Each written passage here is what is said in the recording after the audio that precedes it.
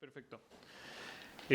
Bueno, muchas gracias a todos los que nos acompañan en esta nueva sesión de las lecturas de fondo del IES. El día de hoy nos acompaña Alfredo Sepúlveda, quien escribió un libro muy interesante, una historia ambiciosa, llena de datos, con la cual se aprende mucho y se sigue de verdad muy, muy bien, porque está muy bien escrita. La historia del periodismo en Chile, publicada recién por Sudamericana. Alfredo es periodista de la Universidad de Chile, magíster en periodismo por la Universidad de Columbia, autor de varios libros, entre los que destacan Bernardo, una biografía de O'Higgins, y La Unidad Popular, Los 1000 días de Salvador Allende y la vía chilena al socialismo, entre varios otros. Nos interesó conversar sobre historia del periodismo en Chile, que es este libro, como les contaba, ambicioso, que cuenta la historia de 2 siglos de este oficio en la historia de la República, que este oficio que el autor define como que está relacionado con la búsqueda, procesamiento, difusión e interpretación de los hechos, pero tiene un énfasis especial en la relación entre el periodismo y el poder, entre el periodismo y las instituciones políticas. Entonces eso es algo que va a conducir nuestra conversación. Y a lo largo de sus 17 capítulos va desplegando los nombres de los proyectos, de los protagonistas, las tensiones también que se van estableciendo entre los incipientes medios de comunicación, en un principio muy orientados al combate político, que luego van teniendo misiones distintas, misiones más cercanas a la objetividad o a la educación, y que va mostrando cómo los distintos medios se van definiendo de manera distinta de acuerdo con las coyunturas que se van viviendo en Chile. Hay guerras, hay golpes de Estado, hay dictaduras, hay tensiones constantes entre los gobiernos y las ganas, o más o menos ganas, de que esa información se pudiera dar a la luz. Así que son muchos temas que van a dar para hartas conversaciones. Yo tengo aquí muchas preguntas, pero vamos a tratar de también tener un espacio hacia el final para algunas preguntas del público. Así que, primero que nada, muchas gracias, Alfredo, por acompañarnos una vez más en el IES, en estas lecturas de fondo. Yo quería partir con una pregunta que siempre hacemos al partir de esta actividad, que es ¿qué es lo que te lleva a escribir este libro tan ambicioso, tan a contrapelo además de lo que se hace hoy día, donde se escriben libros muy breves o se escriben papers académicos? ¿Qué te lleva a querer contar esta historia del periodismo en Chile? Bueno, muy buenas tardes. Gracias, Joaquín, por la invitación. Siempre un agrado estar y un honor que venir a esta instancia en que se habla de libros. Mira, la motivación, yo creo que me di cuenta después. Yo venía haciendo esta asignatura en algunas universidades sin preguntarme mayormente por qué la hacía, sí investigando al respecto, porque como tal vez hablaremos muy adelante, no es que hubiera poco, pero estaba todo muy desperdigado. Yo creo que eso fue como una de las cosas que hice en el libro, ordenar lo que ya había. Pero ya cuando me senté a escribir propiamente tal, yo creo que empecé como a darme cuenta de que estaba contando la historia de mi tribu, ¿no? O sea, la profesión de uno de alguna manera también es la tribu. ¿Por qué hice las cosas que hice en mi carrera profesional? Me pasaban cosas como, bueno, yo empecé trabajando, imagínense, en TVN en el año 91, y saber que mientras lo escribía decía, bueno, esto que me pasó a mí tiene cierta explicación, cierta consistencia. Las cosas pasaron en ese momento porque antes habían pasado otras cosas, y conocerlas en detalle fue como el motorcito que fue ocurriendo. Y yo creo que me pasó lo mismo que con Bernardo O'Higgins. Fíjate tú, me encontré con un desconocido, con un conocido súper desconocido. O sea, esto a nosotros nos rodea, es parte de nuestra vida democrática. Bueno, hay pedazo del país que esté exento de medios de comunicación o periodismo o tenga algún tipo de contacto, así que desde ese punto de vista siempre es como, para mí por lo menos es apasionante entrar a contar la historia de algo que es súper común, pero que se desconoce mayormente. Sí, no, y efectivamente uno va teniendo la oportunidad de profundizar en cosas que uno sabe de oídas. O sea, todos hemos escuchado de la Aurora de Chile, el Mercurio del Paraíso cuando parte, pero cuando vas explicando las motivaciones que hay detrás, los empresarios que hay detrás, las pugnas, las peleas chicas que muchas veces hay, se va entendiendo mucho mejor cómo se va armando el mapa de estos medios. Tú al comienzo de tu libro, si es que leí bien, señalas que el oficio del periodista es propio de la vida moderna. Dices que a fines del siglo XVIII no había periodismo tal como hoy día lo conocemos, sino que solamente novedades impresas. ¿Qué había antes del siglo XIX? Como para despejar un poco esa duda y por qué es un oficio que en Chile también está muy vinculado a la independencia y a todo lo que viene después. O sea, es un hijo de la modernidad en el sentido de que es una criatura que comienza con una profunda falta de creencia en el orden divino de las cosas. Es un hijo de la imprenta. Pese a que antes sí, o sea, el periodismo, si uno se pone generoso, digamos, lo rastrea hasta las señales de humo, pero no me interesó hacer tanto eso. Es un hijo de la imprenta, por lo tanto es un hijo de la modernidad y de alguna manera es un creador y a la vez un prisionero de las ideas. Ahora, el periodismo moderno propiamente tal, yo creo que lo define es que lleva adelante ideas. Eso para mí es periodismo moderno. Aún más moderno es decir que es una especie de cuarto poder del Estado, que es un fiscalizador del Estado, pero eso es siglo XX. A nosotros nos toca en nuestra historia republicana el periodismo como una herramienta de lucha política, es decir, como una propaganda, como un promotor, como un agente, como un político más casi. Y antes de eso, antes de eso era la Gaceta de las Informaciones del Rey. O sea, es un mecanismo más bien de control político, como de conseguir que en el disperso imperio español hubiera ciertas ideas relacionadas con la monarquía borbónica, que son las que vi yo, que fueran comentadas en la élite ilustrada. No es que lo necesitaran mucho tampoco, porque no había realmente un momento revolucionario antes que eso.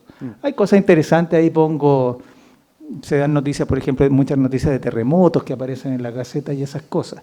Pero yo creo que es eso, fíjate, esta idea de que es una fuerza de la política. Tú también, a propósito de la llegada de la imprenta, que me sorprendí lo tarde que llega la imprenta a América Latina, tú dices que este ímpetu independentista, ilustrado, está muy relacionado con el poder de la letra impresa. Sí. ¿En qué sentido está ese poder? O sea, ¿por qué tenía tanto poder? ¿Qué había antes? ¿Por qué novedad tenía esta letra impresa en tipos móviles? No, es casi psicológico, es decir, es una especie de fe en que eso... No sé, como cuando aparecieron estos aparatos que nos parecía increíble, o sea, todo ese avance tecnológico, uno dice, wow, ¿cómo puedo ver tele aquí ahora? Se te olvida a los 6 meses, pero en su momento fue así. Hay una descripción que hace Melchor Concha, que es uno de los cronistas, antiguos cronistas de esa época, que es un partidario del rey. Y es una descripción que parece ser sarcástica de la aparición de la Aurora de Chile en las calles, que corrían las gentes alborozadas de entusiasmo. O sea, lo está usando con ironía, porque la odia, pero es verdad, o sea, y se la pasaban unos a otras comentando, etcétera, etcétera. Es decir, y además el tipo fijo, digamos, tiene la particularidad de que no se puede cambiar entre medio. O sea, lo que había antes eran los manuscritos y los manuscritos se copiaban como amanuenses. Entonces, ahí había posibilidad de cambio. No sabías, nunca estabas muy seguro de cuál era el original. Entonces, o sea, tenía un aura distinta, claro, de objetividad. Claro. No, o sea, es como tú combates, no sé, pues, a caballo contra un... Los realistas solo tenían manuscritos para llevar adelante su idea y después su guerra. Y ninguno de esos manuscritos ha llegado hasta nosotros, pero existieron y se opusieron a la Aurora de Chile. Y el que ha llegado hasta nosotros es la Aurora de Chile. Pero tenía esa cuestión como de es más real, es más moderno, es más nuevo, es más fuerte. Hay una cosa que tú mencionas desde el principio de tu relato, si no me equivoco, desde que José Miguel Carrera ya empezaba a tener algunos problemas, que es esta tensión entre la difusión de hechos y el análisis de esos hechos con el poder político, y que siempre provoca en los gobernantes un intento por controlar, por censurar, a pesar de que ese intento de control y de censura no siempre es muy efectivo, de hecho la mayoría de las veces es muy poco efectivo, pero siempre se manifiesta en una tensión. ¿De qué manera se da esa relación, esa difícil relación a lo largo del siglo XIX, sobre todo? Eterno. Ya hablaremos del 20. Es todo el tiempo, digamos, o sea, en el caso de la Aurora de Chile me pareció hasta divertido, ¿no? O sea, la Aurora de Chile no puede ser más gobernista, está financiada por el gobierno, lleva adelante la causa revolucionaria, aboga por terminar con los realistas, es decir, lo paga el gobierno, etcétera, etcétera, y aún así Camilo Enríquez como que se escapa con los tarros y se pone más ultra que el propio Carrera. Y dice, es el momento de la independencia. No, todavía quedan como 5 años, pero lo escribe. Y ahí Carrera le pone un interventor, este compadre se nos está yendo. Se le olvida quién es el dueño del diario. Eso es muy típico. La tensión entre propietario y quien escribe, digamos. Este gallo se está llevando el diario para la casa, de alguna manera. Y le pone este interventor. Yo te diría que, yo creo que esa tensión, fíjate, es más propia del siglo XX que del XIX, porque en el XIX tú tienes una especie de concordancia. Primero, los dueños son los escritores, o sea, los dueños son los redactores, una sola persona, y eso es todo hasta el 1840. Los indígenas del Mercurio Valparaíso también así, era el pobre, ¿cómo se llama? El argentino Rivadeneira, el pobre Rivadeneira escribiendo solo, o sea encargándose de la imprenta. Son proyectos personales más que institucionales. Son proyectos personales, absolutamente, son proyectos de políticos que ponen la plata para que ese diario exista y existe con el propósito, a veces con propósitos muy determinados. Ahí tengo el ejemplo de Juan Egaña, que es muy divertido, porque crea el diario que se llamaba La Abeja Chilena para que alguien hablara bien de su hijo, Mariano, que estaba embajador en Gran Bretaña. Claro. Entonces, y después los diarios tienen como, digamos, yo no he registrado como diferencias manifiestas entre dueños y después aparece la figura del redactor, alejada del dueño. Dos personas distintas, pero con cierta unidad de propósito. Bueno, ahí el problema es que se ponen medios ambiciosos los redactores y quieren hacer sus propios diarios, que es lo que le pasa a Santos Tornero, que era el dueño del Mercurio de Valparaíso, que tiene un corresponsal acá en Santiago, que es Juan Pablo Ursúa, y Juan Pablo Ursúa termina peleado con Tornero y funda su propio diario acá, para hacer la competencia de Santiago al Mercurio de Valparaíso, que es el ferrocarril, y ahí tienen los dos grandes diarios nacionales del siglo XIX. Entre esos dos diarios se escribieron la historia del siglo XIX. Yo creo que esta tensión entre periodistas y dueños se da más bien en el siglo XX con la profesionalización. Hay más periodistas y empieza también a haber, y eso ya es propio casi como de la segunda mitad del siglo XX o de los años 30, una diferencia de intereses entre los periodistas muy marcada y los propietarios de medios. O sea, política y laboral. Cuando hablas de profesionalización, no es solo la profesionalización de los mismos periodistas que comienzan a estudiar en la universidad, antes, sí. Sino que también se profesionalizan las empresas, donde se empieza a profesionalizar el avisaje, ese tipo de cosas. Entra la publicidad, las estrategias comerciales, la aparición de las suscripciones, que son muy antiguas, son del siglo 1870, ya tiene suscripciones a diario, aparecen todos los trabajadores anexos, los fotógrafos, los suplementeros, los canillitas, como dirían en Argentina. Y hay una profesionalización en el oficio del periodismo que, si bien no se da en escuelas universitarias, se da en el trabajo. O sea, hay una cultura y una manera de hacer las cosas que se va transmitiendo de generación en generación. Y además que muchos periodistas, quizás después podemos retomar el hilo más histórico, pero muchos periodistas son reacios a que esa profesión o ese oficio se pueda enseñar en la universidad, y es una cuestión que se aprende haciendo en la calle, yendo a reportear con tus fuentes. Exacto. O sea, es muy distinto. Pero no es una negación de que el oficio tiene reglas. Lo que dicen ellos es que no es necesario aprender esas reglas porque vienen como en tu ADN. Y si no las tienes es que no sirves y el diario te va a echar o la radio te va a echar. No es necesaria la universidad, pero no es una negación de la regla. Al contrario, es estos periodistas antiguos tenían muy fuerte la idea de que había reglas en el periodismo, no tanto ética, pero sí de trabajo, cómo buscar la información, llegar hasta el final, o sea, y no solo los periodistas, hay una carta ahí maravillosa que le manda Agustín Edos McClure, que es el fundador del Mercurio de Santiago, en el 1899, un año antes, y se la manda a Eloy Caviedes. Eloy Caviedes era el corresponsal del Mercurio de Valparaíso en Santiago. Eloy Caviedes era la gloria del periodismo nacional en ese tiempo. Había sido el corresponsal en la Guerra del Pacífico, después fue el corresponsal en la Guerra Civil, se había enfrentado a Baquedano y había ganado Eloy Caviedes. Las diferencias de edad eran 19 versus, no sé, Eloy Caviedes era andado en sus 60, pero el otro era el dueño del diario y era el millonario. Pero le dice McClure, o sea, yo lo que quiero de usted es que haga una cuestión nueva, una nueva manera de llevar adelante la redacción, que salga de su oficina, le dice. Vaya a los bares, vaya a los ministerios, vaya a los teatros, vaya a la calle y traiga información fresca, y usa ese término. En ese sentido, está muy relacionado con modernidad y con las prácticas, que eran las prácticas que tenían los grandes diarios que McClure conocía en Londres y en Nueva York.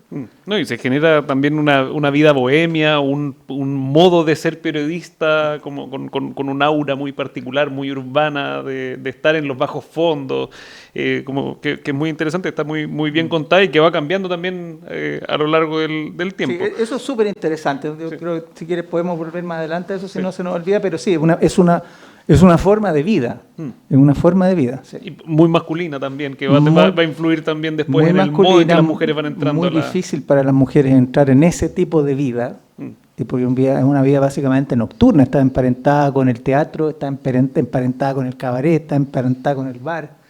Los periodistas reportean en la noche, reportean en el Cepelín, reportean en el Bosco, en Santiago por lo menos, y en otros bares, digamos, y en otros lugares de aún peor reputación.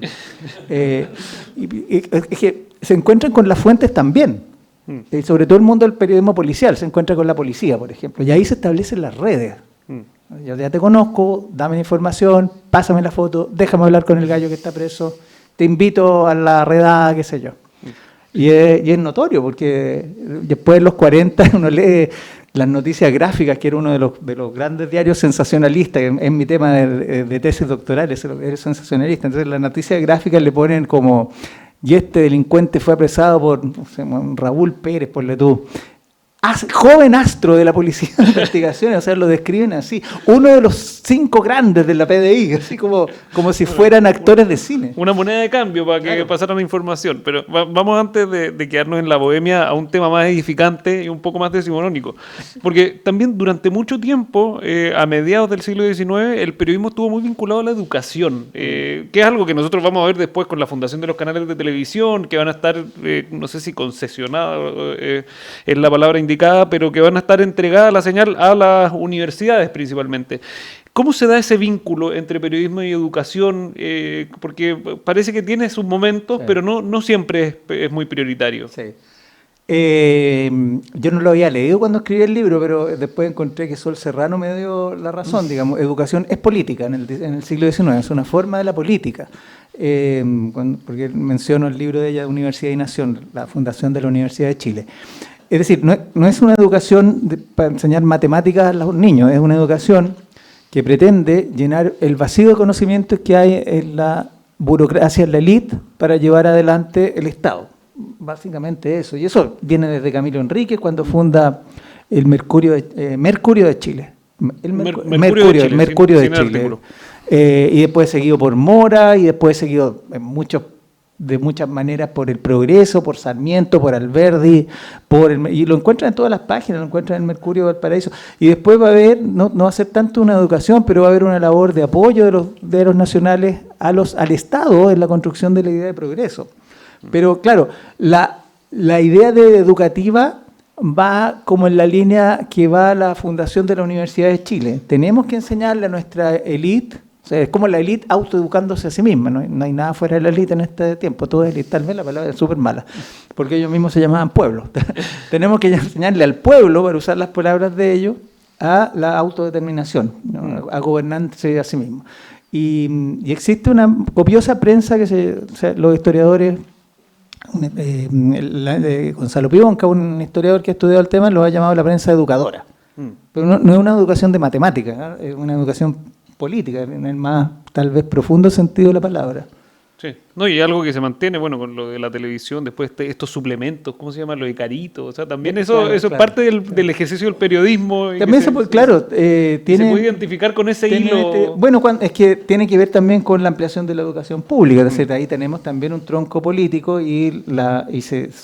pues tal vez lo podemos ver después, pero claro, la idea original de tener un sistema de televisión es tener un sistema de televisión más que educativo, que también está la palabra, es cultural. ¿Ah? Es decir, es aprovechar la fuerza del medio para levantar la idea de la cultura. De hecho, la primera transmisión de Canal 13 es Jaime Izaguirre, el historiador, leyendo una monografía sobre O'Higgins. Esa es la primera transmisión que hace el Canal 13. Algo que no se va a llevar muy bien con la necesidad y con la necesidad de mantener económicamente esas inversiones gigantescas. O sea, que esa plata va a venir por las audiencias y por el avisaje. Claro, la presión, o sea, la operación de la tele siempre fue cara, aunque fuera modesta, era muy cara para las universidades que lo sostenían, y la publicidad entró por las rendijas. O sea, nadie pudo sustraerse a ella. Hay una idea también que aparece con este periódico que mencionabas tú, con el ferrocarril, donde un momento en el que el progreso empieza a ser muy importante. Está, bueno, el mismo ferrocarril, la llegada del telégrafo con la eliminación de las distancias, y que las mismas empresas buscan cómo modernizarse y convertirse en una industria que pudiera sustentarse con un pilar económico muy importante. ¿Cómo se da eso en el mundo de los medios? O sea, ¿qué va cambiando desde la precariedad de la Aurora de Chile con su litografía o con sus imprentas muy básicas, a estas industrias donde se invierten en máquinas millonarias y donde se tiene una idea de sociedad muy particular? Bueno, aunque pueda sonar contraintuitivo, digamos, hoy día la transformación en empresas ya en el siglo XIX es, yo creo, o la interpreto como una búsqueda de la libertad. O sea, una búsqueda de la libertad del gobierno, digamos, porque el sistema anterior era el sistema de suscripciones, en que por ley el Estado estaba obligado a comprar una determinada cantidad de ejemplares del diario nuevo que apareciera. Las peleas por eso fue histórica. El gobierno te quitaba ejemplares, te sacaba la suscripción, te daba más, premiaba a los amigos, le quitaba... eso es una de las razones del nacimiento del Araucano, que también fue muy importante.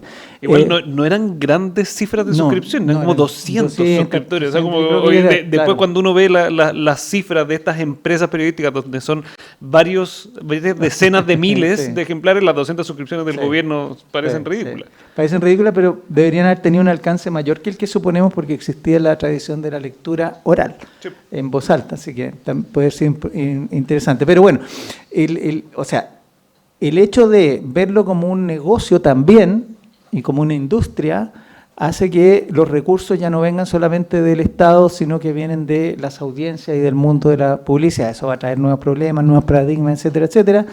Pero ya por lo menos los diarios grandes se afirman frente a los gobiernos. O sea, no, si me quieres cerrar, vas a tener que ponerte maduro, digamos, o sea, a tener que hacer una barra basada.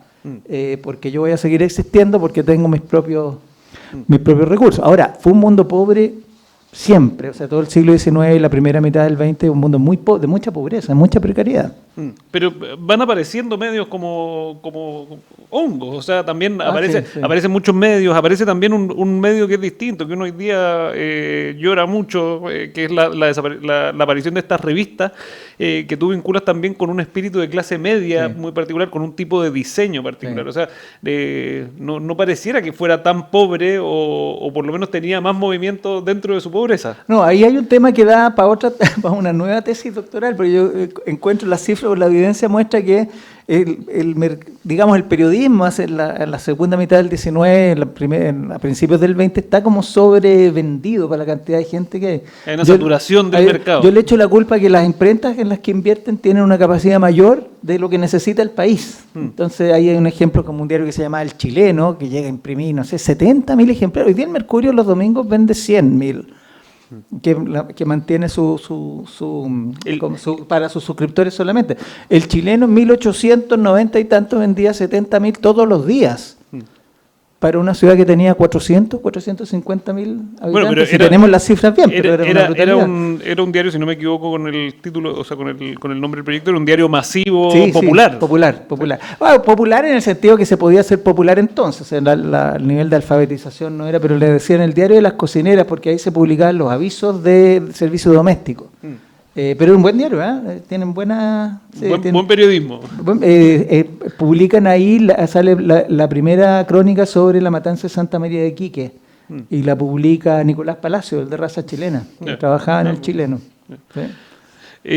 Tú le das una importancia muy grande a la guerra del Pacífico para la conformación de una opinión pública. ¿Podrías profundizar un poco en qué significa para el mundo del periodismo ese hito? Yo creo que hay dos cosas. La guerra del Pacífico obliga a ver, el combate naval de Iquique es un ejemplo adelantado de modernidad del siglo XX, el primer fenómeno de masas. Es decir, ahí hay un trabajo muy interesante de Valentina Verbal, la historiadora, que pesquisa cómo se dio la noticia en esos días, del 21 al 20, bueno, en fin, el combate del 21, y se demora bastante. Recién empieza a llegar de a goteras la información y mala. El 23 o 24 están publicando que el Huáscar estuvo en muy malas condiciones, que hacen explotar la Esmeralda al costado. Que explotar la Santa Bárbara, que era el depósito de municiones. O sea, los detalles eran malos, pero por lo menos decían que había pasado algo. Y recién el 28, una semana después, tienes la primera información correcta, tal como la entendemos ahora. No tengo verdaderamente lo que había pasado. Entonces, por un lado, todo este periodo genera en la sociedad de masa una especie de, que no había pasado antes, una reacción de la ciudadanía sobre la base de lo que estaba pasando en los diarios. Y viene el voluntariado masivo de jóvenes de clase media para ir a pelear al norte. Por un lado, o sea, la prensa tiene ese efecto particular. Y por el otro lado, en el caso de las rutinas y hábitos periodísticos, la figura del corresponsal de guerra les obliga a hacer algo que no habían hecho antes. Los diarios anteriormente estaban acostumbrados que tú y yo estamos sentados acá, vengo yo, me pongo al frente y te cuento la historia, tú no te mueves de tu oficina. Pero en la guerra se dan cuenta que lo que está pasando es tanto y tan complejo que necesitan preguntar, que no basta lo que sepan los periodistas, sino que necesitan recoger testimonios. Y eso es algo nuevo, y eso es lo que hace Eloy Caviedes y los otros corresponsales. Y entonces articulan las crónicas de una manera que ya está identificada con el periodismo moderno, reportean, ¿no? La verdad no puede estar en mí mismo, soy incapaz de conocerla por completo, entonces tengo que ir a preguntar. Lo que tú dices que se va configurando una opinión pública, ¿tiene que ver con qué? ¿Con un modo de mostrar el conflicto de una manera muy nacionalista? ¿Eso va teniendo una particular popularidad? Sí, absolutamente. O sea, no al principio, pero al final, y esto lo ha estudiado una historiadora peruana que se llama Carmen McEvoy, y ella por peruana se da cuenta de que los diarios de la Guerra del Pacífico crean un patriotismo chileno que antes no estaba. O sea, no es el mismo patriotismo de la Guerra de la Confederación, que estaba basado en el roto chileno y en otras cosas. Este es un patriotismo que compromete a todas las instituciones de la República, desde los bomberos, la municipalidad, hasta los grandes escalafones del Estado. Y eso se va viendo en la prensa, y ella estudia la prensa de las ciudades intermedias, digamos, la prensa de Curicó, de Linares, de Parral, y ve cómo en esas páginas se hacen estos llamados. Ahora uno diría hoy día los lee y es pura propaganda, pero esto no es periodismo. Pero en en la idea cultural que tenía la gente en esa época, sí era periodismo, y se creía y se entendía como tal. No, es muy interesante. Va cambiando también un poco luego con la otra guerra, la guerra civil del 91, donde tú sitúas ahí, aunque puede haber algún antecedente que quizás se me perdió, la aparición de una prensa satírica y que parece ser muy importante, con un lenguaje distinto, con un apoyo gráfico distinto, y que establece ahora sí una tensión distinta que ya no tiene que ver con lo educativo y que retoma la visión del periodismo como un arma del poder, pero ya ahora de una manera mucho más agresiva. Desde la plebe. Desde una trinchera donde tu enemigo político pasa a ser un motivo de burla. ¿Cómo se configura esa prensa satírica en esos años y en particular en el conflicto del 91?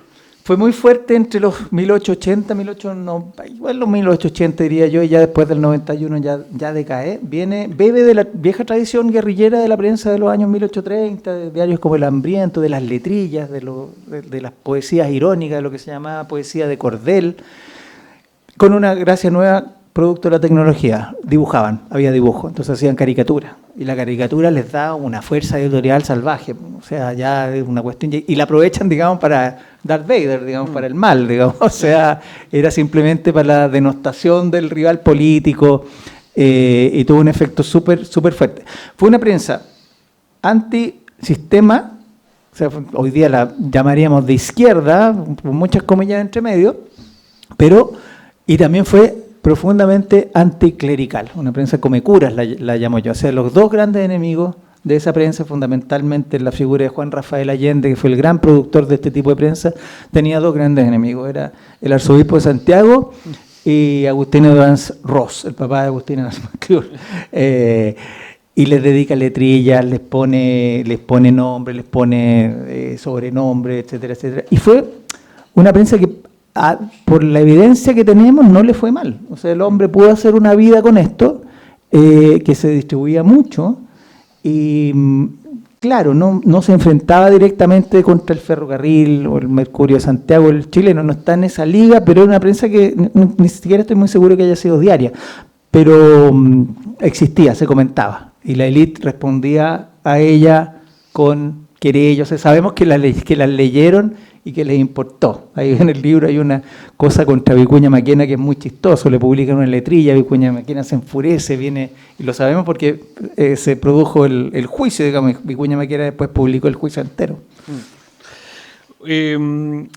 Ese tipo de enfrentamiento político lo vamos a ver me salto algunos años, lo vamos a ver con especial virulencia durante la UP, o sea, donde se busca negarle la posibilidad al rival político y se denigra su opinión, se le caricaturiza.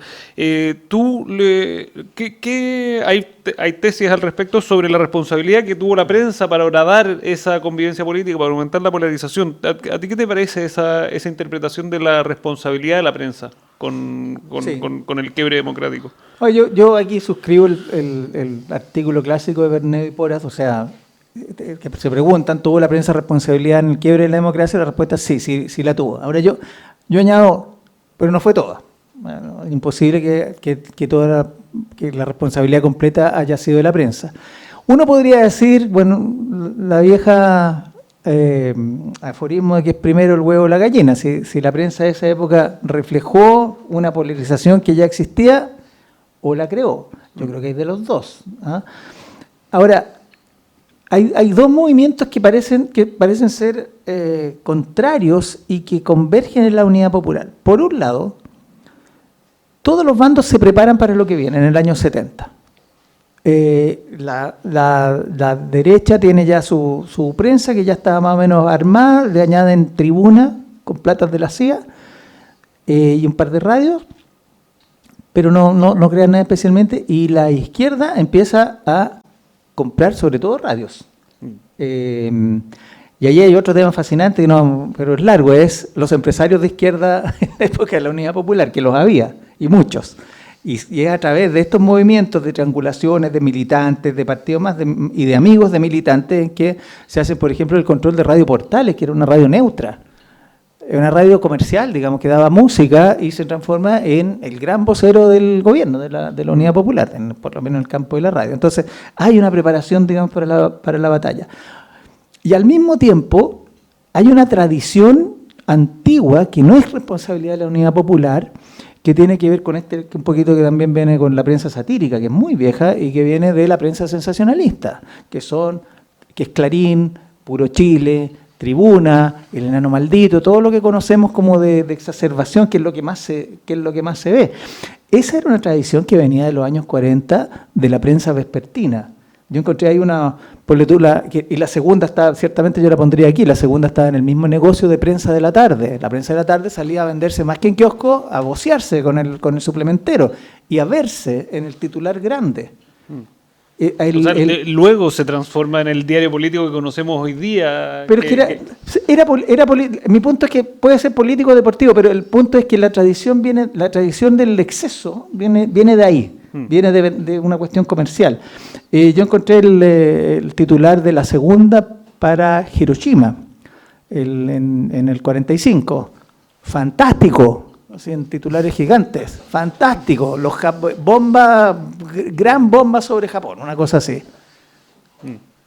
Ahora, uno puede decir, pero es que claro, es parte de una manera casi comercial de llevar adelante una empresa, y era un juego válido que jugaban todos. La tradición denostativa de la política en los 60 corre completa, digamos, o sea, ahí el tema de Clarín estaba peleando incluso hacia la izquierda, tiene una pelea de Senmarí con Raúl Ampuero. Ahora, en la Unidad Popular, súmale polarización política en serio y vas a tener lo que tuviste en la prensa. Hay otro de los temas que recorre tu historia es los problemas, o sea, son los desafíos a la libertad de expresión. Y tú, de hecho, cuentas muy bien la historia de la fundación del Colegio Periodista, que tiene dentro de su objetivo, el Colegio Periodista, que si no me equivoco se funda el 56, se demora en armar congresos y que realmente, o sea, y finalmente el año 56 se consolida esa fundación de un gremio que va a ser muy importante, pero que va a tener dentro de sus objetivos solucionar estos problemas de la libertad de expresión. ¿Cuáles eran esos problemas de la libertad de expresión, particularmente el año 56? Porque después ya sabemos que hay otro tipo de problemas, sobre todo para la prensa de izquierda durante la dictadura. No, pero a mí me parece fascinante la historia del Colegio Periodista, no la sabía, porque en realidad no es una fundación inocente de una organización que busca el bien de los periodistas, de eso también hay, pero tiene una dimensión política profunda. La idea había venido dando vueltas desde hacía 20 años y Carlos Ibáñez del Campo en el 56 está peleado con todos los medios de comunicación excepto con el suyo, que es La Nación, y creo que con otros, Los Tiempos me parece, no me acuerdo, pero todos los dueños de medios de comunicación quieren que Ibáñez se vaya, y él o unos periodistas que andaban buscando esta articulación que tenía también que ver con la previsión, es un aspecto muy interesante también para tomar en cuenta, de hacer algún tipo de asociación de periodistas. Para esto en Chile entonces tú necesitabas leyes. Y finalmente se juntan con Ibáñez, y Ibáñez les da la ley del Colegio de Periodistas, con una trampita, que es que las restricciones a la libertad de expresión anteriores venían con el argumento de que los periodistas incumplían la ética periodística, y ese incumplimiento de ética periodística se podía traducir en cosas como abuso, delito contra la moral y las buenas costumbres, etcétera, etcétera. Entonces, el argumento es, los tribunales van a dejar de ver eso, véanlo ustedes mismos, autorregúlense, muchachos. Ok, nos vamos a autorregular, pero es parte de una negociación. Y además se produce el Congreso Mundial de Periodistas del año 54, me parece, de ese mismo año 56, la fundación de la carrera de periodismo de la Universidad de Chile. Todo muy loable, lo reconozco, soy el primero en reconocerlo, pero tiene también una dimensión política de que se iba a solucionar, comillas, cierre comillas, este problema de que la prensa se salía de sus límites. O sea, siempre está esa idea detrás por parte del gobierno de que la prensa siempre está saliendo de sus límites. La idea de que, digamos, los límites de la prensa tienen que ser naturalmente, si estamos en una democracia súper amplia, es una idea que yo creo que recién aparece en el siglo XXI, a comienzos de este siglo. ¿Con qué? Con la ley. No. Con la ley de prensa que nos rige actualmente, que por primera vez quita la posibilidad de que periodistas se vayan a la cárcel por el ejercicio de su profesión directamente. Pueden irse a la cárcel por otras cosas, por supuesto, pero por el ejercicio de la pena de cárcel, que es ¿cómo se dice? La prueba de la blancura de libertad de expresión. En tu país los periodistas se pueden ir a la cárcel por lo que escriben. En Chile, bueno, sí, pero es muy difícil, digamos. En Venezuela, al tiro. Esa segunda mitad del siglo XX también es muy álgida por lo que va pasando entre los mismos periodistas. O sea, no solo la relación que tienen entre el poder, el Estado y los periodistas mismos, sino que también dentro de los periodistas tú vas contando cómo se configura el mapa entre aquellos que dicen que la prensa tiene que ser independiente o tiene que ser objetiva, centrada en la noticia y en los hechos, y una prensa revolucionaria, comprometida con el cambio social. Y ahí es muy interesante, donde tú muestras incluso algunas declaraciones en contra de la objetividad del periodismo. Sí. ¿Cuánto tensionó en concreto el ejercicio del periodismo esa tensión entre los bandos que tú identificas con los independientes y los comprometidos? Yo creo que fue una discusión teórica que alcanza a saltar a las páginas o a los canales en cierta medida, pero también hay una cosa que es interesante señalar, que los hábitos y rutinas periodísticas, es decir, es una cosa técnica que usamos en las escuelas de periodismo para decir que te publicaron el choque de la esquina, digamos, o que te dieron el resultado del partido de fútbol, una manera elegante de decir eso, hábitos y rutinas. Los hábitos y rutinas nunca cambiaron realmente, ¿no? O sea, hay un sustrato periodístico que es el sustrato informativo, en el que, no sé, pues si hay un terremoto, es neutro, como lo vaya a decir. Ahora, entre los periodistas, sobre todo en los años 50, en esta discusión sobre la creación del colegio y en el Congreso Mundial, y luego en las universidades aparece rápidamente esta tensión, que es entendida como, si el periodismo es algo propio de los dueños de los medios de comunicación que pueden hacer lo que quieran y ordenarle cosas a los periodistas que hagan. Y ahí hay una cita de Joaquín Edwards Bello que dice, esto es así, o sea, hasta dónde llega la libertad de prensa, en realidad la libertad de los dueños. Y luego unas posturas que, no sé, me parece también que son bastante católicas, en los 60, que es el periodista es un trabajador intelectual. No es solamente un prestador de servicios para una empresa, sino que es en sí mismo un trabajador intelectual. Y como tal, tiene derecho a ejercer su intelecto y como tal, en el espíritu de los tiempos, tiene la obligación de promover el cambio social. Y ahí hay una divergencia completa con los modelos profesionales de periodismo estándar que vienen de Columbia, que vienen del mundo, digamos, de Estados Unidos, que así se articulan las primeras escuelas. Yo creo, fíjate que es una tensión que existe hasta hoy día. O sea, si tú ves el Colegio de Periodistas de Chile, es completamente esta segunda opción. Completamente esta segunda. Y la ANP es completamente la primera. Que el periodista es libre de escribir lo que se le antoje. Eso es un poco algo así. No sé si lo que se antoje, pero lo que tú hagas tiene que tener una relación con la mejora sustantiva y material de las condiciones de vida de la sociedad en la que vive. Y esos estándares de Columbia, que los mencionaste muy al pasar, ¿en qué consistirían? ¿En una centralidad de la noticia, de los hechos, sí, antes que cualquier interpretación? La objetividad está clara separación de opinión e información, primera regla, y segunda regla, la noticia es la reina, digamos. Y la opinión está sujeta a los hechos verificables. Tú no puedes opinar de lo primero que se te viene a la cabeza, tienes que investigar antes de opinar. ¿Y cómo se da esa tensión? Porque uno de los roles importantes del periodismo, de la prensa, de la televisión, es la opinión. O sea, la gente escribe columnas de opinión.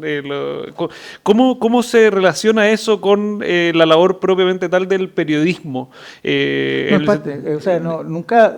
o sea, que no se entienda que están, a ver, no están separadas, digamos. O sea, lo que pasa es que la práctica y rutina es lo primero que yo te digo, y luego viene esta corriente que nunca se va a terminar, que viene desde más de 200 años atrás, en que el periodismo es opinión. Si el periodismo nace siendo opinión, ¿ah? Verificado no, nace siendo opinión, y nace siendo opinión política. Y es una de sus características, yo diría que ontológicas. O sea, todo medio de comunicación que se precie de tal, parte por tener una opinión política. Luego viene la información. Lo que pasa es que si estás en el negocio y eres pura opinión política, vayas a ser sesgado, vas a perder tu credibilidad, no te van a... No sé, esto las redes sociales lo están cambiando, pero hasta los 90 se suponía que era así. Pierdes tu credibilidad, ya nadie te sigue y se fueron al próximo. Entonces, con una centralidad en las noticias y en la información, y rodeado, diría yo, de un envoltorio de lo que algunos llaman línea editorial, opinión, etcétera, etcétera. Pero no se puede... O sea, el periodismo moderno incorpora la opinión, no se puede sostener lo contrario. Después del golpe, el panorama del periodismo chileno cambia mucho, sobre todo en los medios de izquierda que se cierran mucho, pero también hay una cosa que me interesó conversar contigo, que tiene que ver con esta razón de los militares de cerrar sobre todo esos medios más sensacionalistas, eliminar el lenguaje procaz, el periodismo más subido de tono, y tú lo dices que con un afán moralizante y algo pechoño.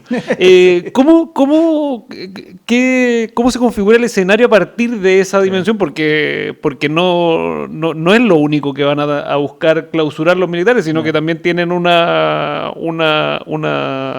actitud mucho más de clausurar medios de izquierda. ¿Cómo ves esa relación y por qué es tan importante esto de la afán moralizante que ahora, señalas tú? Como todo en historia, todo viene de antes. O sea, yo he encontrado antecedentes de que esta peleas del poder político contra Clarín, por lo tú vienen de los años 60, 50, he visto peleas del poder político contra Última Hora en el 47, siempre sobre la misma base. O sea, hay transgresiones en este tipo de titulares que ustedes tienen, hay transgresiones morales. O sea, tú no puedes llamar a Cachimoco Ibáñez, al senador Pedro Ibáñez, no le puedes llamar manitas cortas a no sé quién, pero Clarín lo hacía todo el tiempo. La noticia de Última Hora también, no puedes poner a una mujer semidesnuda al lado de tal información. Entonces siempre estaba como esta cuestión moral dando vuelta y el sistema político sintiendo que tenía que hacer algo al respecto. La discusión de la ley Ortúzar en el 66, que es una modernización de la ley de abusos de publicidad que había en ese año, tiene mucho que ver con esto, y de hecho singularizan a Clarín. De hecho, el ministro Ortúzar va al Senado y les dice: permítanme, déjenme leer este diario, y lee La Ventanita Sentimental. Y tengo que ir al número porque en la transcripción del diario de sesiones del Senado está censurada. Es muy gracioso. Bueno, entonces ya este tipo de lenguaje se había multiplicado en la Unidad Popular. Aparece Puro Chile, aparece para la Unidad Popular, aparece Tribuna para la Unidad Popular, Tribuna que era de derecha, y Tribuna la clausura a los militares. Se va de madre la Tribuna, le mete una fake news que habían capturado a Altamirano, y al día siguiente desaparece y nunca más vuelve. Puro Chile, Última Hora también, bueno, se acaba ahí, y Clarín. Entonces, tiene una tradición, ese llamado como a cautelar la moral. Ahora, yo creo que en el imaginario de ciertos militares, porque también había un periodo de gran confusión, ya estamos saliendo un poco de historia del periodismo, pero hay una suerte de llamado en algunos militares a la reconstitución moral de la nación, y casi entendido en algunos como moral sexual. El gobierno del general Orozco en Televisión Nacional, por ejemplo, que hay muchos testimonios de que era director general, nombrado a dedo, digamos, de Televisión Nacional, que andaba preocupado de la falda, de que la gente no pololeara, de que en las teleseries no hubieran curas enamorados de monjas. O sea, entonces sí, había como un impulso moral que no sobrevivió demasiado, porque era demasiado una cosa como media ridícula de controlar, pero que estuvo. Pero también en esos mismos años las acciones en concreto llevaron también al cierre de los medios tradicionales serios y que ejercían periodismo de verdad dentro de la izquierda. No había pura prensa sensacionalista dentro de la izquierda. Había. Pero claro, pero ahí estaba hablando de lamentablemente no tenemos mucha evidencia para ese lado porque aparte del siglo, que era del Partido Comunista y que era serio, y de las revistas de Quimantú que fueron interesantes, pero no tuvieron tanto alcance, la fuerza... Y que habían quebrado un poco antes del golpe. Sí, además habían quebrado un poco antes del golpe. La fuerza de la Unidad Popular Comunicativa está en la radio. Y de eso no quedan los archivos. Es muy difícil también trabajar con archivos de radio. O sea, el tiempo que necesitas para escuchar eso en fuente primaria es muy grande. Me quiero mover un poco a la transición, porque hay una pregunta que sobrevuela tu lectura de la transición, que sale cada cierto tiempo, que es ¿por qué los medios de izquierda terminan desapareciendo y no hay un gobierno, sobre todo los años de los gobiernos de la Concertación, que parece que no apuntalan, no apoyan lo suficiente a los propios medios, y está una idea algo extendida de que todos los medios son de derecha?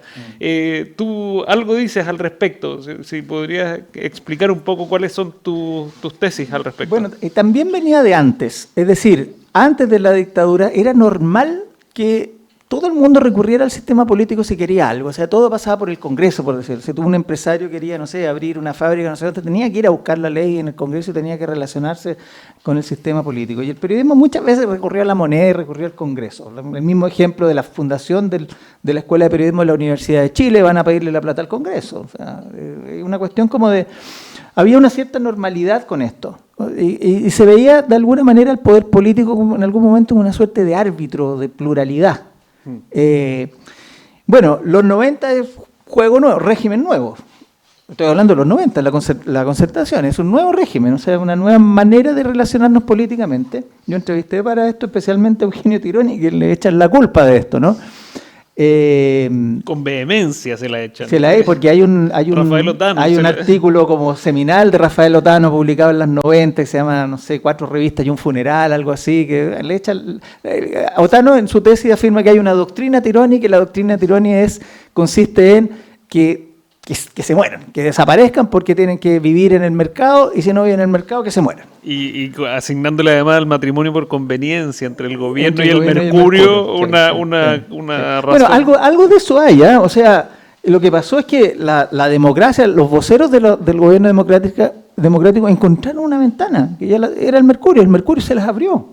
Nunca, el Mercurio no fue un diario pro Concertación, ni mucho menos, pero se las abrió. Y el alcance de eso, medido solamente en términos de eficiencia, era mucho mejor que si hablaban en cauce o si hablaban en análisis. O sea, no tenían que pasar las pellejerías que habían pasado. Ahora, yo le pregunté a Tironi, contéstale, Otano, que es tu oportunidad. Y me llevé la sorpresa de que el primer año pasaron plata. En el 90 les pasaron plata. Cuando vino la pedida, el 91, dijeron, esta cuestión no, esto es imparable, digamos. Eso es lo que me dice Tironi, digamos. Entonces les dice, en el 91 les dice, mira, o sea, esta cuestión no da para más, no pueden estarnos pidiendo plata todo el tiempo, ustedes tienen, y ahí efectivamente tienen que estar en el mercado, tienen que modernizarse, tienen que buscar a las audiencias, el país ha cambiado, la gente ya no quiere saber de política y ustedes hablan de política. Entonces tienen que adaptarse. ¿Ah? Y ahí, claro, ahí se produce la cosa, pero yo me llevé la sorpresa de que el primer año fueron apoyados y en los años siguientes me cuenta Tironi que no es que no hayan hecho nada, buscaron activamente socios. Prisa, para que esta me dice un consorcio español, me decía que otro. Prisa, entonces vino Prisa, yo supongo que es Prisa, él no me lo quiso decir, vino Prisa y hablar con el gobierno para que Prisa instalara un medio, un diario de centro izquierda. No sé si iba a ser la continuación de la época u otro. Y Prisa pidió apoyo gubernamental y Tironi y Correa dijeron no, pues sería lo mismo que le estamos negando a nuestros propios amigos acá. Así que, y no O sea, hubo prensa escrita de izquierda. algo de eso hay, pero también hay una O sea, no incapacidad de puedes, los medios. claro, no puedes acusarlos de no haber hecho nada por su tribu. Lo hicieron. Yo tengo otras preguntas más, pero quiero saltarme a la última para dejar espacio para algo de conversación también. Porque el libro también termina con una descripción somera de cómo han influido las redes sociales, Internet en el cambio del periodismo, pero me quiero quedar con una última cosa, porque tú calificas el periodismo actual como un periodismo en crisis, con precarización laboral, desaparición de medios, sobre todo también una cosa que es muy sensible, que es la pérdida de confianza en los medios, y que son problemas que no parece que fueran a desaparecer en el corto plazo. ¿Cómo ves el futuro del periodismo? No creo que sea de una sociedad sin periodismo. No, efectivamente es una industria completamente precarizada. O sea, yo dejé de trabajar en el Mercurio en 2005, habré dejado de colaborar como en el 2010. En el Mercurio no va nadie, o sea, no hay periodistas trabajando ahí físicamente, están todos trabajando en la casa. Y en La Tercera también. Y es un cambio copernicano. O sea, la sala de redacción es un lugar importante en el periodismo, es un lugar donde tú no solo aprendes, te sientes cobijado o te sientes atacado o mejoras, pero se produce ahí las cosas que se producen en las profesiones, ¿no? Es una sala de redacción, además es un ambiente muy comunicativo, muy colaborativo. Tenéis problemas, como que hay que sacar la cuestión rápido. En realidad hay una cierta solidaridad periodística de ayudarte y en los periodistas más jóvenes de aprender. Una anécdota rápida que se me ocurrió el otro día. Yo hice la práctica en Televisión Nacional 91, 92. No sé si se acuerdan este secuestro que hubo de una familia que al frente. Ya. Yo era un joven, se me ocurrió llamarlos por teléfono, tomar la guía de teléfono y llamarlos. Y era, aló, y contestaron, aló, señor terrorista. Y en un momento hice una primera entrevista mala y en un momento siento una mano aquí, literalmente una mano en el hombro. El gran Willy Muñoz, Guillermo Muñoz de Informe Especial. Cabro, hagámoslo juntos. Y nos sentamos y produjimos una pauta de preguntas, y hubo un par de llamadas más que estuvieron ya más decentes y había algo más decente para emitir. Pero, ¿cachai? Si no hay encuentro presencial, no es posible aprender de los pesos pesados. Así es. Y lo hizo, digamos, no era un gesto poco común ese. Se esperaba que lo hicieran. Otra vez me llevó el Toño Quintero a reportear. Mi práctica fue como así, no te digo que pasara todos los días tampoco. Pero como la gente de mi generación tenía estas experiencias, digamos, con los periodistas mayores. Y eso cambió, eso ya es un mundo que se acabó. Yo creo que viene un mundo como de, no sé, yo creo que hay una cosa como para salvarla, no está todo tan mal. Hay una crisis de confianza, pero todavía, y son cosas distintas, pero todavía los medios están en el negocio de la credibilidad. Que si pierden eso ya se acaban, ¿no? O sea, cuando tú no sabes algo, vas a verlo en redes sociales, pero en realidad vas a creerle más al medio establecido que a Pepito Malulo 751. ¿Cachai? Eso es una luz de esperanza en un ambiente que está muy precarizado por las redes sociales, básicamente, porque la inversión publicitaria se ha ido a Palo Alto, California. Una paradoja. Ahora Texas, se fue a Texas. Una paradoja de la democratización de los medios, que al final toda la publicidad se va para afuera. Es que fue, claro, se te fue entera, fue como que pusieron un tubo y te empezaron a sacar la plata y se fue. Sí, no, eso está muy bien mostrado y efectivamente es muy dramático. Yo no sé si hay alguna pregunta, aprovechando que tenemos todavía unos minutos para darle, Claudio. Muchas gracias, Alfredo, muy interesante. Hacia el final del libro, es un libro importante, así que yo no lo leí completo, pero hay algunos pasajes, ¿cierto?, que estaba revisando, y hacia el final del libro asoma algo así como una reflexión respecto a lo que pasó en octubre del 2019. Te quería preguntar sobre ese tema, si pudieras detallar, porque es algo que también se ha comentado, yo diría, progresivamente con el paso de los años, sin tampoco ser una reflexión tan asentada. Sí. Me da la impresión de que algo estuvo mal, o de que algo fue insuficiente, o en fin, depende de cómo se mire, excesivo. No sé si puede explayarte al respecto. Y en relación con eso, claro, hoy día se cumplen 2 años del triunfo del rechazo, del plebiscito constitucional del 2022, y ahí me parece que también pasó algo con lo cual no se ha relacionado demasiado, y es que durante muchos meses la ciudadanía estuvo recibiendo un bombardeo de reflexión y discusión constitucional, que si uno lo mira a la luz de los otros fenómenos actuales que se dan en el medio de comunicación de masa, es bien singular. O sea, a mí me parece que es algo muy inédito, al menos en la historia reciente de Chile, porque hubo mucho programa, mucho esfuerzo, mucho debate, de algún modo una especie de educación cívica no buscada. No sé tal vez si alguna reflexión al respecto. Más sobre la primera que la segunda no la pensaba, interesante, vamos a tratar. La primera, lo que tengo en el libro es que sin echarle la culpa a las redes sociales, algo hubo de eso, en el sentido de que las cámaras de eco de las redes sociales, y sobre todo a través de WhatsApp, hay un estudio muy interesante de Andrés Sherman, que es de la UAI et al., mostrando cómo funcionó WhatsApp y cómo WhatsApp fue creando esta imagen de amigos y enemigos, es decir, o estás en mi creencia y si estás fuera de mi creencia casi no existe. De alguna manera, eso que puede haber estado pasando en la sociedad se trasladó como exigencia a los medios de comunicación. Y por supuesto los medios de comunicación son uno solo, digamos, y si hay 2 personas que tienen diferentes perspectivas, digamos, el medio no le va a cumplir a ninguna. Por lo tanto, el trabajo de los medios de esa visión subjetiva de la ciudadanía fue malo. Yo creo que se necesitan más estudios para ver, de contenido para ver cómo funciona. Yo separaría también, que es una cosa que no se ha hecho, la tele de la prensa escrita, que tiene otras mecánicas.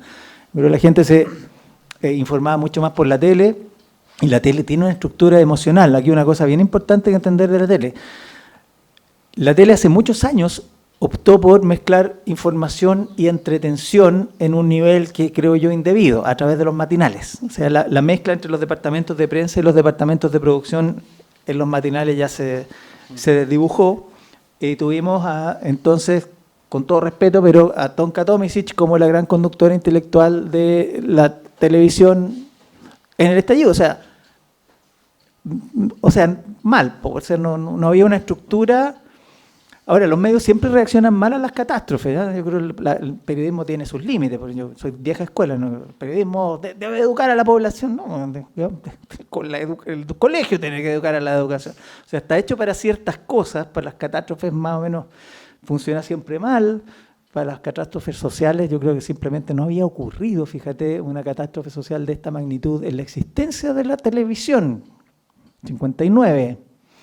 Yo recuerde, la revolución de la chaucha fue antes, fue el 57 y la tele era muy chica entonces también fue una primera vez. Pero sin duda no logró separar, no es que haya logrado separar información de opinión, no separó entretención de información y opinión.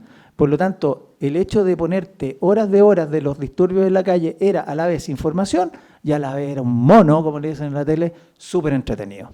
No sé, la lógica del espectáculo. La lógica del espectáculo que no se la vaya a poder sacar a la tele nunca, pero tampoco hubo como un control editorial. Y ahí yo siempre, la otra vez en el Mercurio dije, claro, la catástrofe editorial fue la expulsión de Hermógenes Pérez de Arce para mí del set de Canal 13. O sea, no, usted no piensa como yo pienso, váyase. Eso no es, evidentemente eso es la negación de todo lo que es periodismo, sobre todo que la censura siempre tiene la posibilidad de ejercerla contra quien evidentemente no están de acuerdo. O sea, que no estés de acuerdo con alguien es como parte de la regla del juego. Sobre el rechazo, yo creo que esto va en la línea de que los medios no sirven para todo, fíjate. De nuevo, sobre todo la tele. La tele no es el vehículo intelectual por antonomasia. Tiene otras mecánicas, tiene una mecánica más de entretención, y viene de los 50. Y sí hubo probablemente una falta de... Hay un principio periodístico que es el de la selección, que tú estarías, si haces buen periodismo, dice, estás obligado a elegir. ¿Quién elige? El periodista, para eso te educaste. Lo hagas bien o mal, digamos. Y yo creo que hubo como una entrega de eso, o sea, estaba tan lejos el tema del conocimiento que tenían los medios de comunicación que métale todo nomás, compadre. No selecciones, no jerarquice. Y eso, de alguna manera, fue independiente del resultado, digamos, eso fue una falla. O sea, no hubo encuentro yo, una buena orientación. ¿Había otras dos preguntas ahí? Sí, hay 4 preguntas. Si quieren, podemos juntarlas, o las 3. Y... Sí, ¿parte usted? Disculpen que hubo un evento oscuro, pero los blancos se me quebraron y no tengo dinero para reponerlo. Esto es un auto también. Tele. Considero tremendamente importante que haya aparecido este libro, especialmente porque los periodistas jóvenes deberían tener la historia del periodismo. Por una razón muy simple, o por varias razones, 4 razones fundamentales. Primero, la importancia del derecho de expresión. Segundo, la importancia de la verdad y de la objetividad. Y tercero, la importancia del poder. Los periodistas tienen la responsabilidad fundamental de vigilar el poder, cosa que no están haciendo. Son muy tibios, no están viendo lo que está pasando, miran para el lado, como los políticos. Tampoco están hablando con la verdad, tampoco son objetivos. Bueno, no todo, pero sí. La libertad de expresión. Y yo lo digo que Merma no debe hacer desde ahora, Merma desde el 2001. Este librito que se llama El poder de la mediocridad fue publicado en 2001. En ese entonces, en este librito, se habla de la degradación moral de la sociedad. Hoy día están hablando de la degradación moral de la sociedad. Hagamos la pregunta, porque hay 3 preguntas, estamos un poquitito cortos de tiempo. Que si puede hacer la pregunta para juntar las 3 preguntas. Estoy agregando algo. Sí, pero en virtud de la hora. A partir de este librito, yo fui perseguido por comunistas socialistas y narcosocialistas para matarme. En 2005 tuve que refugiarme en Buenos Aires. Bueno, eso ha seguido hasta ahora. 4 obras que he publicado han sido boicoteadas. Eso tiene que ver con la libertad de expresión. Y cuando he querido dar a conocer esto en los canales, nadie me recibe. Hace más o menos 3 meses tuve que huir del departamento en que vivía en Santa Isabel 353, huir de ahí, irme a otra parte, porque los colombianos me acechaban para matarme. Vamos a juntar ese... Mi pregunta es, ¿qué se hace para que estas situaciones que están pasando por parte del periodismo, qué se hace para que se vayan resolviendo? Ya, vamos con las 3 preguntas juntas porque estamos en la hora, así que... Alfredo, a tu juicio, ¿a qué se debe que la prensa siga siendo casi de un solo dueño? No sociedades anónimas, por ejemplo, y alguna institución como puede ser el Mensaje o el Siglo, pero en general, no solo en Chile, sino que parece que a nivel internacional, son muy pocos los dueños. O es el dueño o una sociedad anónima periodística, pero uno no sabe qué hay detrás, que puede ser 1 o 2.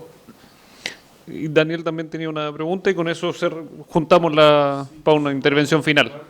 Parte de la tesis de Alfredo me tocó durante el estallido estar con un director de prensa mirando un matinal, y el director de prensa desesperado porque el matinal no dependía de él, pero la gente sentía que dependía de él. Sí, claro, sí. Te quería confirmar eso porque me tocó estar ahí y era muy curioso. Pero te preguntar por las revistas, por el fin de las revistas, que jugó un papel tan importante en mi infancia, por lo menos, donde había muchas revistas, yo leía muchas revistas que desaparecieron. Y que ahí se perdió algo que no es el periódico que está todos los días y que está en otro ritmo, sino que toma cierta distancia. Entonces, ¿qué es lo que pasó ahí? Obviamente hay un modelo de mercado que se acabó, pero hay algo que se perdió, creo yo, bien sensible. Ya, ¿qué se hace? No sé mucho, o sea, por lo menos en las universidades las asignaturas existen. Yo hago asignatura de ética y legislación periodística, y le tengo que confesar que, pero esto es como para los niños que están empezando a estudiar, o sea, gente de 18 años que es a la que yo le hago clases, de 18, 19 años. Les cuesta mucho efectivamente entender el concepto de libertad de expresión. Eso es un fenómeno actual. De hecho, yo creo que viene de la consecuencia de pandemia, estallidos sociales. Es decir, la primera, yo le digo, este periodista se equivocó. ¿Qué es lo que, estoy caricaturizando, pero más o menos no tanto? Este periodista se equivocó, metió las patas. ¿Qué hay que hacer? Meterlo a la cárcel. Pero automático. Siempre les pongo una frase de Pinochet, que la pronunció en la reunión de la CIP que hubo acá en Santiago del 87, que es la libertad, una cosa así como la libertad de expresión, si no dice la verdad no vale. Estoy parafraseando, pero esa es la idea. ¿Están de acuerdo o en desacuerdo? ¡Acuerdo! Y primer año que les mostré el nombre, nada, les dio lo mismo. En acuerdo, no, pues ¿cómo hacer que la libertad, cómo decir, es libertad? Pues no puede estar asociada a nada, sino es para controlar. ¿Qué se hace? Humildemente desde la academia intentamos traspasar los principios que usted señala a los jóvenes estudiantes. Es un esfuerzo grande, pero que efectivamente se hace. La concentración de los medios. Bueno, en Chile se dio por las circunstancias históricas de que desapareció la prensa de izquierda, por lo que hablábamos también de que el modelo de prensa que ya existía sirvió a los eventuales adversarios de ese mundo, y la cosa quedó más o menos así. Ahora, yo creo que esa es una figura más bien de los 90, no en el sentido que no exista ahora, pero que ahora es mucho menos relevante. O sea, el poder del duopolio, como se le llamaba en los 90, ha disminuido bastante. O sea, pasamos de, yo no sé, alcances de 400.000 personas en fin de semana, Mercurio, 100.000 personas en la tercera, Santiago todos los días, a, yo no sé, ya ni siquiera los abren, pero me parece que Mercurio está en 100, 120 el fin de semana y no sé los de la semana. Entonces, y además ya no son, como siempre yo digo, no son los únicos pistoleros del pueblo. O sea, gente en redes sociales, un poquito de lo que pasaba también en dictadura con las revistas de oposición, puede hacerle oposición al duopolio y de hecho se la hace. Pero son otras formas, tal vez no las vemos. Ahora yo creo que efectivamente son formas con influencia, pero no porque sean los medios mismos, sino porque las redes sociales arrojan influencia sobre el poder político. O sea, un video puesto por Piensa Prensa o por no sé quién puede tener un impacto en el ámbito político.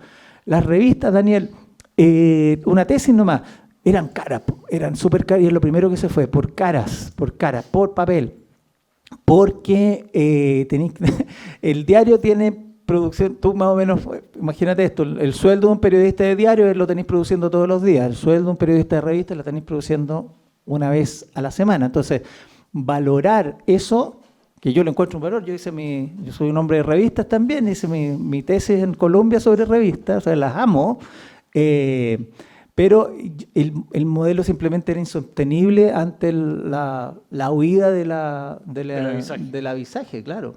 Y exigía muchas otras cosas, exigía papel, exigía arte en la fotografía, exigía las mejores plumas, por así decirlo. O sea, todo eso era... Bueno, claro, pero también, diseño, fotografía, oportunidad. ¿Sí?